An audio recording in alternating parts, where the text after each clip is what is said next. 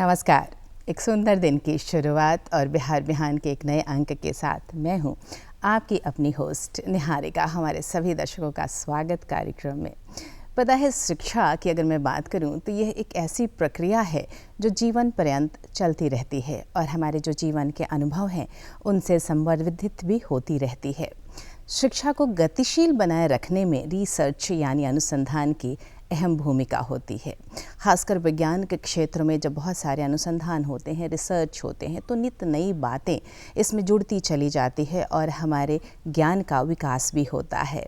कहने का तात्पर्य ये कि शिक्षा, विज्ञान, अनुसंधान एक कनेक्शन है और इसी विषय पर आज कार्यक्रम में बातचीत करेंगे। जब हम तरक्की की बात करते हैं, देश की तरक्की की बात करते हैं, तो उसमें शिक्षा की अहम भूमिका होती है, विज्ञान की अहम भूमिका होती है, अनुसंधान की अहम भूमिका होती है। पर तरक्की के लिए एक चीज़ और भी ज़रूरी है और वह है सकारात्मक सोच के साथ हर कार्य की शुरुआत। तो चलिए कार्यक्रम अनमोल वचन से। आज अनमोल वचन में हमने कथन लिया है डॉक्टर APJ अब्दुल कलाम का। आइए देखते हैं अनमोल वचन।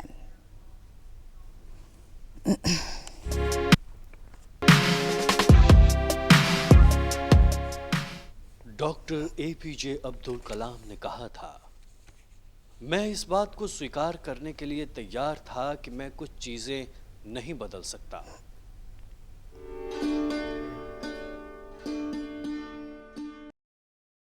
हमारे आज के मेहमान की ये खासियत है, मैं कहूँगी। इसके साथ ही आपके पास लगभग 19 साल से भी ज़्यादा प्राध्यापन का अनुभव है।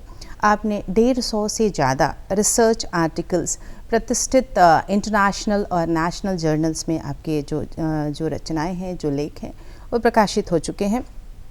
अच्छी बात यह है कि आपने सिर्फ एक विषय पर नहीं लिखा है, आपने मल्टी डिसिप्लिनरी रिसर्च किए हैं और आप 17 रिसर्च प्रोजेक्ट्स पर भी कार्य कर चुके हैं।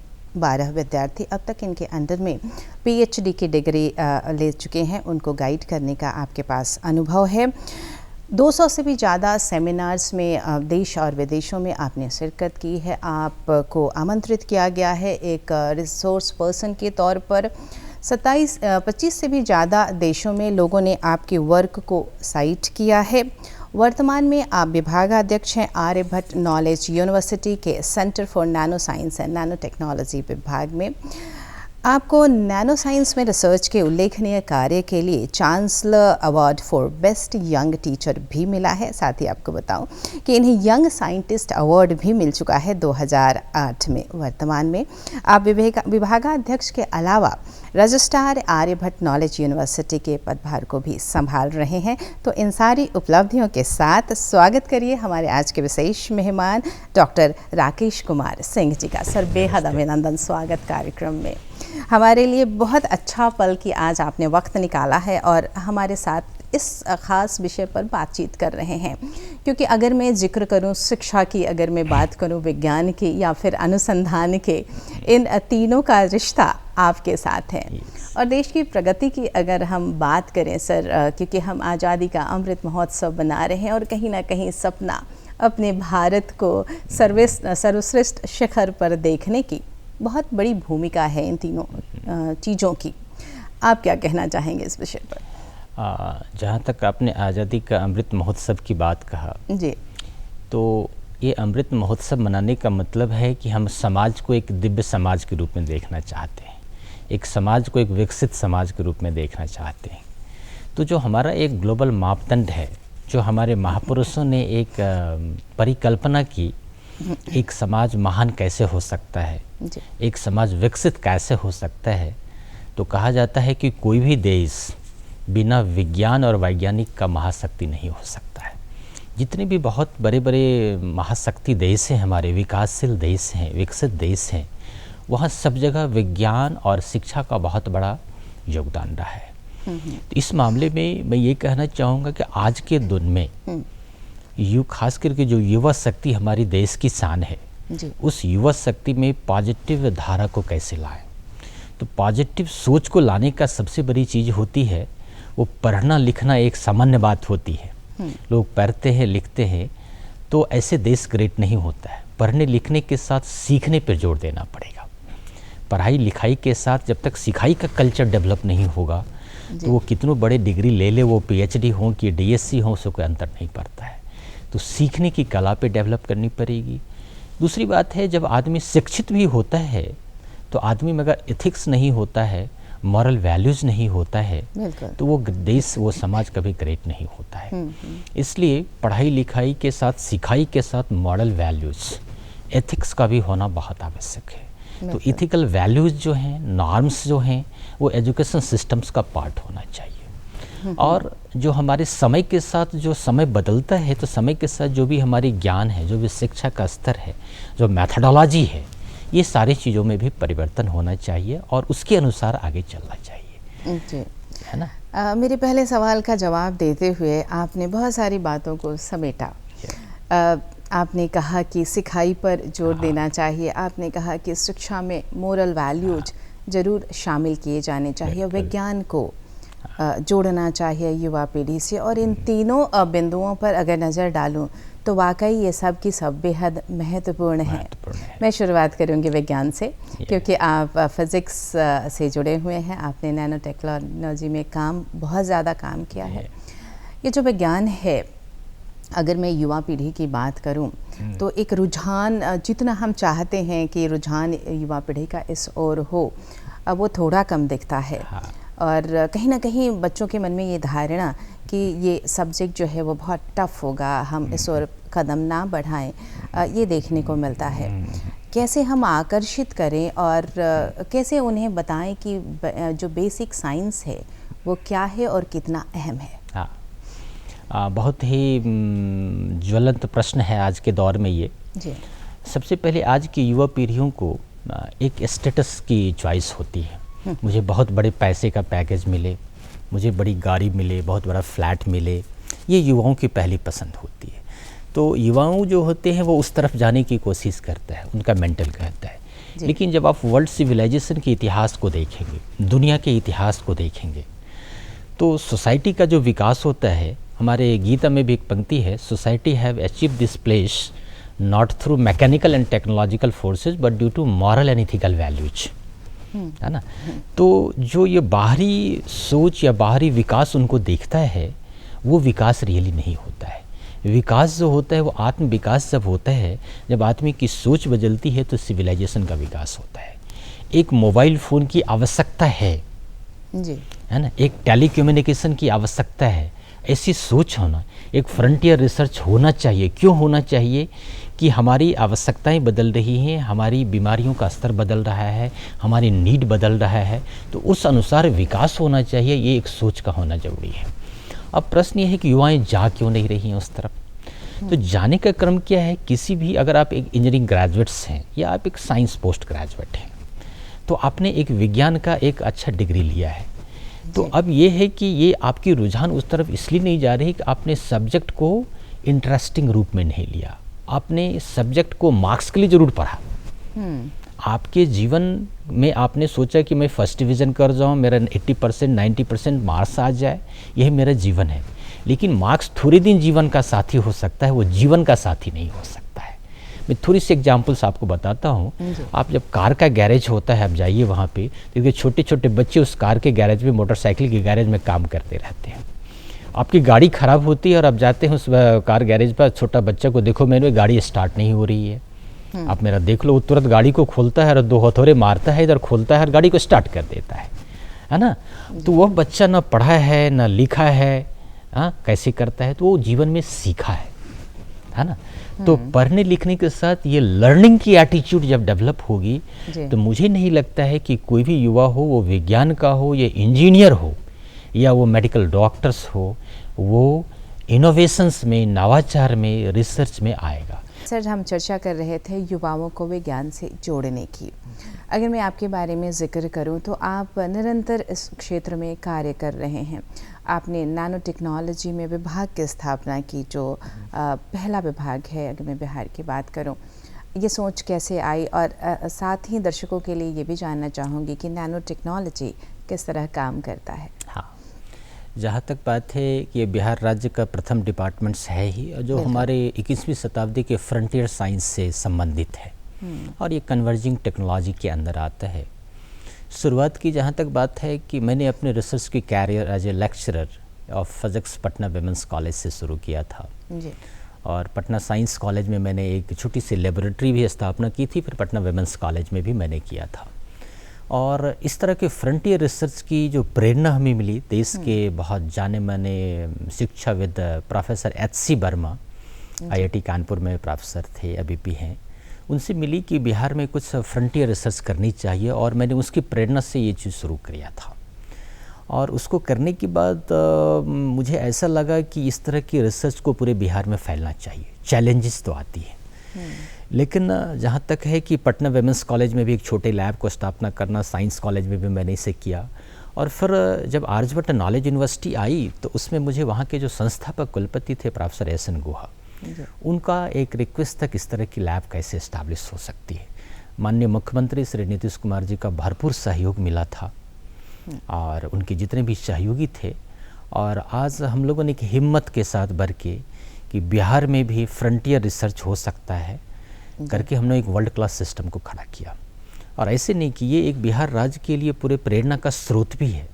जो हमारे नेशनल लेवल के इंस्टीट्यूशन बिहार में है, सेंट्रल यूनिवर्सिटीज़ हैं, आईआईटीज़ हैं, इंडस्ट्रीज़ के लोग हैं, ये सारे के लिए प्रेरणा का स्रोत है। अब है कि युवाओं को कैसे जोड़ा जाए इस तरह के फ्रंटियर रिसर्च में।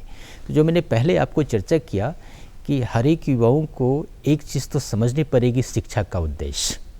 शिक्षा का उद्देश्य सिर्फ पैसे कमाने नहीं होते हैं, पैसे किसी चीज़ का बाई प्रोडक्ट होता है। अगर कोई व्यक्ति एक अच्छे वैज्ञानिक बनते हैं, एक अच्छे शिक्षाविद बनते हैं, तो उनके पास अपॉर्चुनिटी आती है। अपॉर्चुनिटी ली नहीं जाती, अपॉर्चुनिटी आती है। आदमी में निपुणता आना, स्किल आना, आत्मनिर्भरता का सोच आना, तो इस तरह की क्वालिटीज़ के लोगों की आवश्यकता समाज को पड़ती है और फिर समाज उसको बुलाता है। तो चुनौतियां जो है युवाओं को जोड़ने के लिए सबसे पहले वही बातें करनी पड़ेगी, हम किसी सब्जेक्ट को, विषय को हम जीवन से जोड़ें, वातावरण से जोड़ें, है ना, डेली लाइफ से जोड़ें, टेक्नोलॉजी से जोड़ें। इस तरह से हम सब्जेक्ट को पढ़ने की कोशिश करनी पड़ेगी। और हर एक चीज़ की लेबोरेटरी ही होता है। सबसे बड़ी लेबोरेटरी तो नेचर है, प्रकृति है। कोई आम का कोई फल जो है नीचे ही गिरता है, वह सोच न्यूटन को ही क्यों आई, है ना।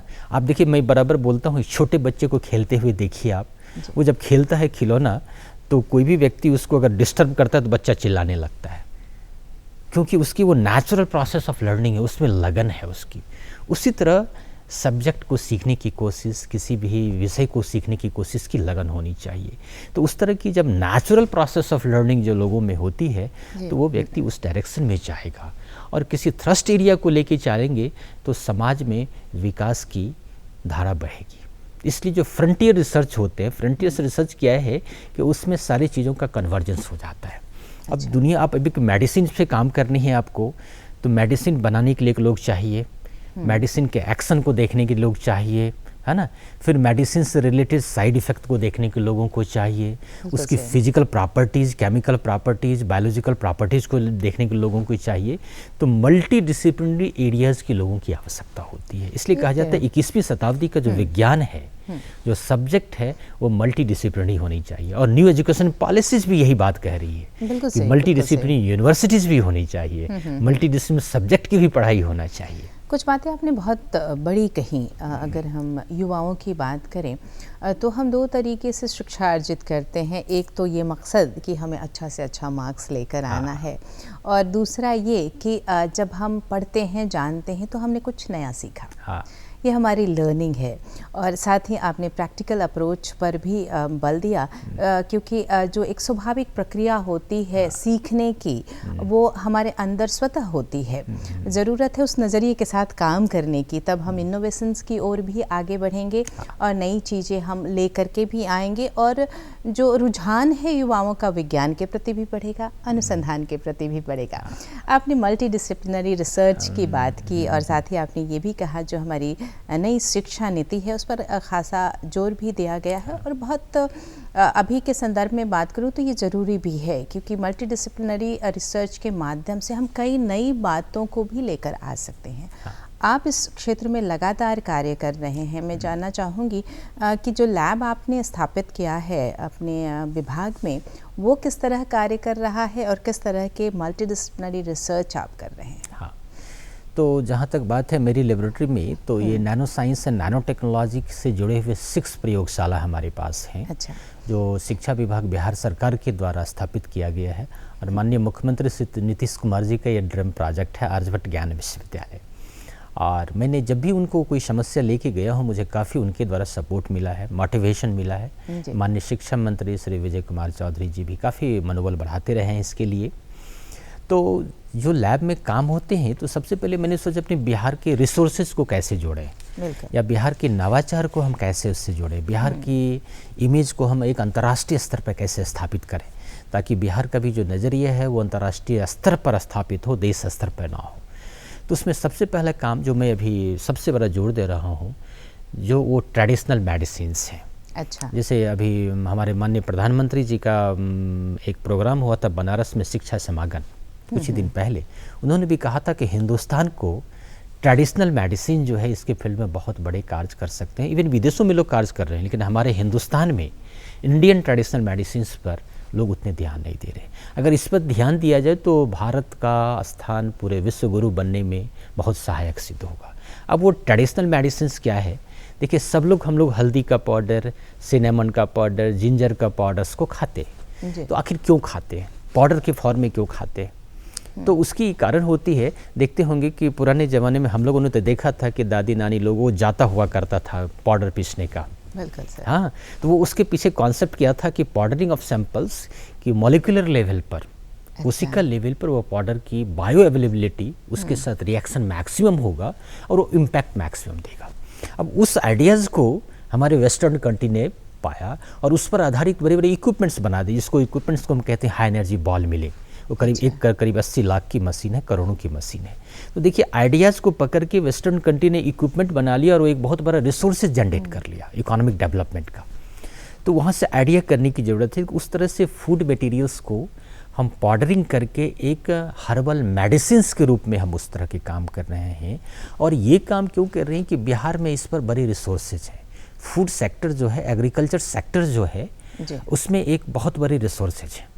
तो इस दिशा में काम करने से हमारे पास एक रिसर्च का बड़ा आयाम खड़ा हुआ है और हमें पूरे करीब 12-14 देशों से हमारे उस रिसर्च पे अप्रिशिएशन मिल रहा है। ये बहुत अच्छे काम है। इस पर एक औद्योगिक क्रांति हो सकती है, एक उद्योग की स्थापना हो सकती है। दूसरा काम है कि जो धान के भूसे होते हैं, राइस हस्क, उससे सिल्का मटेरियल्स हम लोग निकालते हैं। अब देखे होंगे, वो धान के भूसे को हम फेंक देते हैं या जला देते हैं, या आदिवासी भाई लोग जो होते हैं मिट्टी का दीवाल बनाते हो, मैंने देखा। मैं बिहार का पूर्णिया जिला का रहने वाला हूँ। मैं एक गांव है मेरा, कसमरा गांव, वहाँ पर मैंने देखा है कि वो मिट्टी, आदिवासी भाई लोग मिट्टी में वो राइस हस्क मिलाते थे धान के भूसे। लेकिन मुझे उस समय पता नहीं था, मैं बचपन में देखता था। लेकिन अब मुझे पता चलता है कि उसके पीछे कॉन्सेप्ट क्या था। क्योंकि वो राइस हस्क में सिल्का है, वो सिल्का के मिलाने से उसकी मैकेनिकल हार्डनेस बढ़ जाती है, है ना।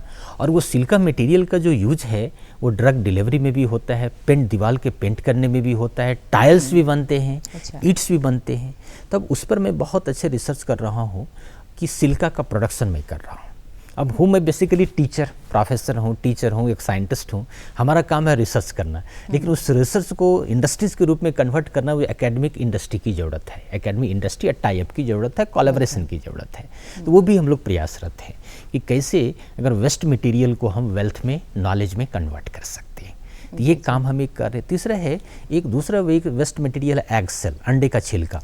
वो अंडे के छिलके में कैल्शियम बहुत प्रचुर मात्रा में होती है।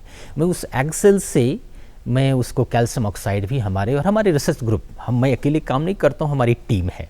तो टीम में हमारे PhD स्टूडेंट्स होते हैं, हमारे एमटेक स्टूडेंट्स होते हैं। मैं IIT पटना के साथ बहुत अच्छे से जुड़ा हूँ, IIT कानपुर के साथ जुड़ा हूँ, CSIR लेबोरेटरीज के साथ जुड़ा हूँ, नैनो मिशन लेबोरेटरी के साथ भी जुड़ा हुआ हूँ, UGC के कुछ कंसोर्टियम हैं उसके साथ भी हम लोग जुड़े हुए हैं। तो हमारी टीम जो काम करती है वेस्ट मटेरियल को वेल्थ में कन्वर्ट करने का, एग सेल से कैल्शियम मटेरियल को हम लोग पाउडर के फॉर्म में बनाते हैं। अब वो तो जनरली आयुर्वेद में कहा जाता है कि वो कैल्शियम ऑक्साइड को कुकुतांडव भस्म कहते हैं लोग।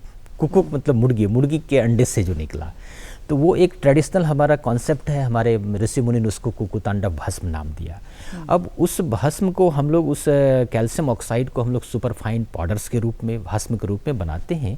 तो उसमें मैं क्या करूँ, मेडिसिन के साथ उस मटेरियल में एक इलेक्ट्रॉनिक्स मटेरियल का भी प्रॉपर्टी है। अच्छा, है ना। तो सेम मटेरियल जहां आप मेडिसिन के रूप में यूज कर रहे हैं, उसको आप इलेक्ट्रॉनिक्स मटेरियल के रूप में भी आप यूज कर सकते हैं। डिफरेंस क्या है, जो इलेक्ट्रॉनिक्स मटेरियल को दुनिया केमिकल मेथड से बनाती है, हम लोग उसको हर्बल ट्रीटमेंट के बनाते हैं, उसको लेमन एलोवेरा मिला के हम लोग बनाते हैं, और उससे क्या होती है, हमारा वातावरण प्रदूषित नहीं होता है, लो कॉस्ट टेक्निक से बनता है और एक नेचुरल वे में बनता है ना। तो वो चीज़ें हम लोग कर रहे हैं, और इस दिशा में हम लोग कुछ पेटेंट भी फाइल करने की कोशिश किया है। अच्छा। कुछ प्रोडक्ट लाने की भी कोशिश कर रहे हैं, बट अपनी काम को, रिसर्च को तन-मन धन से करते रहते हैं, करते रहना चाहिए। चौथा तरह का काम है हमारा कि हम एक electronics material, ceramic magnetic material से भी रिलेटेड काम करते हैं, जो इंजीनियरिंग मटेरियल्स हैं। अच्छा, ये किस तरह से कर रहे हैं वो आप? भी हम लोग क्या करते हैं, विभिन्न तरह के केमिकल्स को हम लोग मिला के केमिकल्स मेथड्स में है ना बनाते हैं हम लोग। और उस मटेरियल्स का यूज जनरली क्या होता है, इलेक्ट्रॉनिक्स के पार्ट में होता है, कैंसर ट्रीटमेंट्स में भी हो रहा है, उसके बाद हमारे माइक्रोवेव एब्जॉर्प्शन में होता है, ट्रांसफार्मर के कोर्स में होते हैं, प्यूरिफिकेशन ऑफ वाटर भी बहुत इंपॉर्टेंट है। इसमें प्यूरिफिकेशन ऑफ वाटर्स में भी मटेरियल्स काफ़ी पानी की शुद्धता को दूर करने में होता है। जैसे देखेंगे पानी में भी फ्लोराइड की मात्रा बहुत है और आपकी आर्सेनिक की मात्रा काफ़ी पाई जाती है, उस पर भी हम लोग काम कर रहे हैं उसको रिमूवल में। दूसरी बात, एक चीज़ मैं बता देना चाहता हूँ, जो फूड मटेरियल है, टर्मरिक है, हल्दी है ना, या कैल्शियम ऑक्साइड है, हम लोगों ने अंडे के छिलके से बनाए, उसमें भी वाटर की इम्प्योरिटी एब्जॉर्ब करने की क्षमता हम लोगों को मिला है। हम लोगों ने इस पर रिसर्च पेपर भी पब्लिश किया है। नालंदा इंटरनेशनल यूनिवर्सिटी जो राजगीर में हमारा है उसके साथ, और IIT पटना के साथ हम लोग बहुत अच्छे तरीके से मिलकर कोलैबोरेशन के साथ आप काम कर रहे हैं। हमारे बहुत PhD एंड MTech स्टूडेंट्स भी एक्टिवली सब में एंगेज हैं। जी। और हम लोग प्रयास करते हैं काफ़ी सारी, जैसे हमारे युवा पीढ़ी में सबसे डिप्रेशन आता है रिसर्च करते करते एक चीज़, लेकिन जब बच्चे वो एक छोटे से नैनो स्ट्रक्चर मटेरियल्स को देखते हैं, नैनो टेक्नोलॉजी एक बहुत सूक्ष्म पदार्थ है मटेरियल, जब वो एक इलेक्ट्रॉन, प्रोटॉन और न्यूट्रॉन्स को देखते हैं जहाँ से जीवन की शुरुआत होती है, तो उनमें भी एक्साइटमेंट आता है, लगता है जीवन कुछ और है। आपने फूड प्रोडक्ट्स, आपने एग्रीकल्चर के साथ जोड़ा है, और साथ ही बड़ी बात आपने वेस्ट मैनेजमेंट के बारे में भी जिक्र किया कि किस तरह से आप राइस हस्क के साथ कार्य कर रहे हैं, आप एग सेल्स के साथ कार्य कर रहे हैं। बहुत सारी अच्छी बातें मैं कहूँगी, और इसके लिए आपकी सराहना भी करना चाहूँगी, क्योंकि इसके लिए भी एक पैनी नज़र की ज़रूरत होती है, सोचने की ज़रूरत होती है। और अगर मैं विज्ञान में अन्वेषण की बात करूँ, इनोवेशंस की बात करूँ, रिसर्च की बात करूं और युवाओं की बात करूं, तो युवा मन में भी बहुत सारे सवाल होते हैं, कौतूहल ऐसा क्यों होता है, और विज्ञान से जोड़ने की एक ललक भी होती है।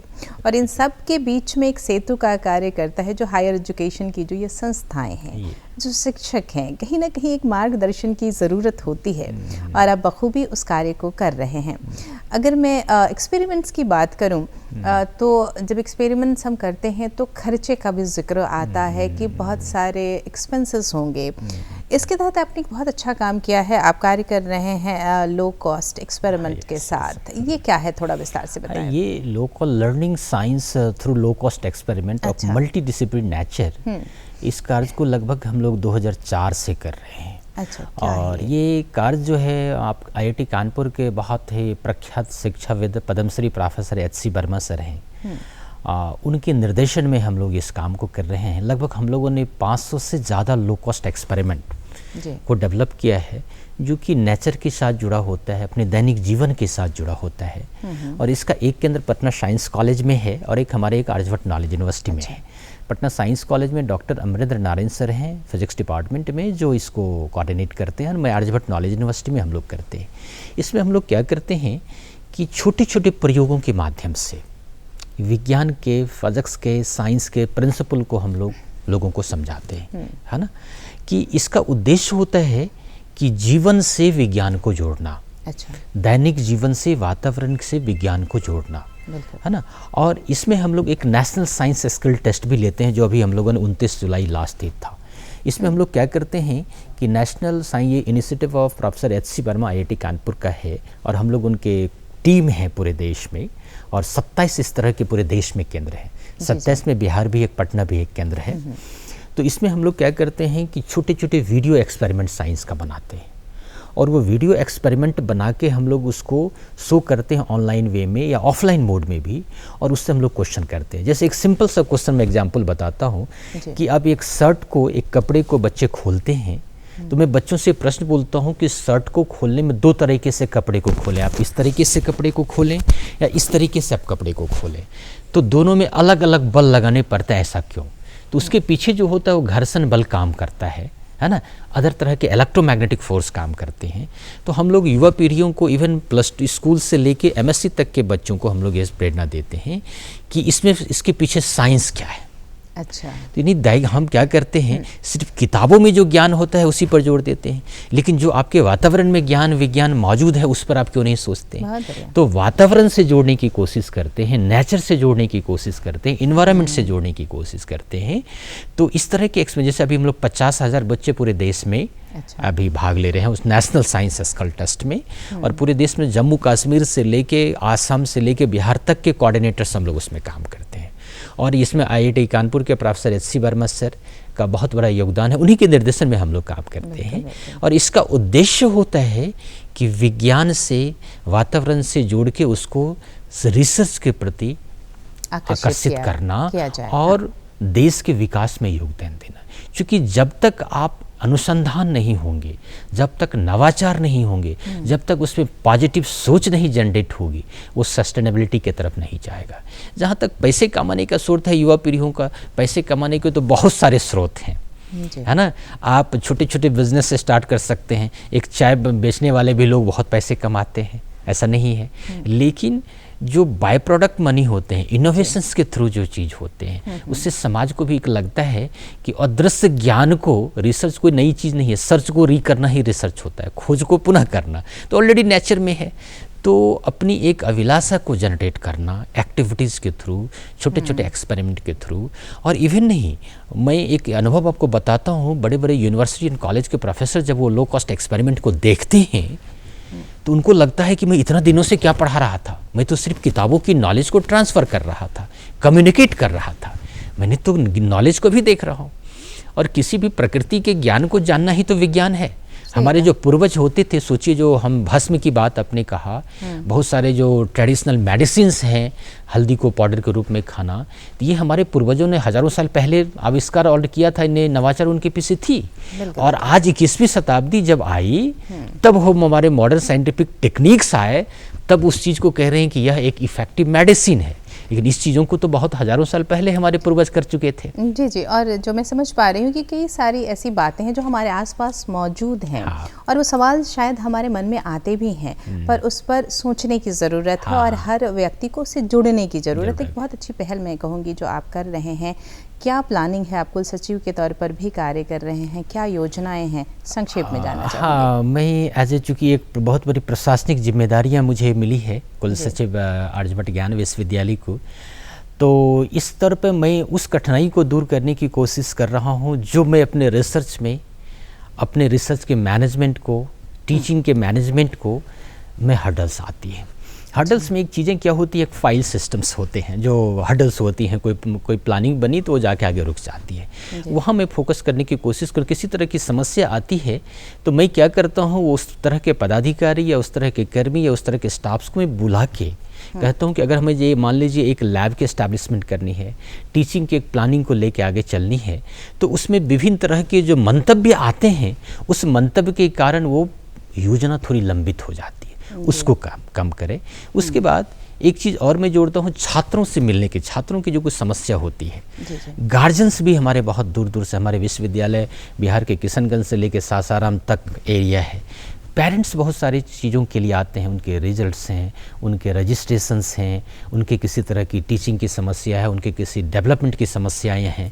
उस चीज़ों से मैं गार्जियन से खुद मिलता हूँ, स्टूडेंट से खुद मिलता हूँ और उसको समस्याओं की कोशिश करता हूँ, और अगर आवश्यकता होती है तो मैं सरकार से भी मिलके इसकी कोशिश करता हूँ, और सब जगह से लेके कि किस तरह से टीचिंग, रिसर्च, नवाचार को समाज में पहुंचाया जा सके, उसको मैं शॉर्ट में करने की कोशिश करता हूं कि प्रॉब्लम कहाँ है उसको सॉल्यूशन करो। समस्या खड़ा करना तो आजकल लोगों की काम है, लेकिन हम लोग तो समस्या को समाधान के लिए ही है, जी जी। तो चाहता हूँ सॉल्यूशन निकले किसी तरह से, आपसी भाईचारे से, जी, प्रेम जी। से। और मैं देख सकती हूँ आपकी साइंटिफिक सोच को, हर बात को देखने का एक अलग नज़रिया, एक वैज्ञानिक का नज़रिया, तह तक जाने की कोशिश, और जो आपने कहा अपनी प्लानिंग के बारे में, अपने कार्यों के बारे में, हर कार्य को त्वरित करने के लिए आप प्रयासरत हैं। Yes. सीधा कनेक्शन पेरेंट्स के साथ, बच्चों के साथ।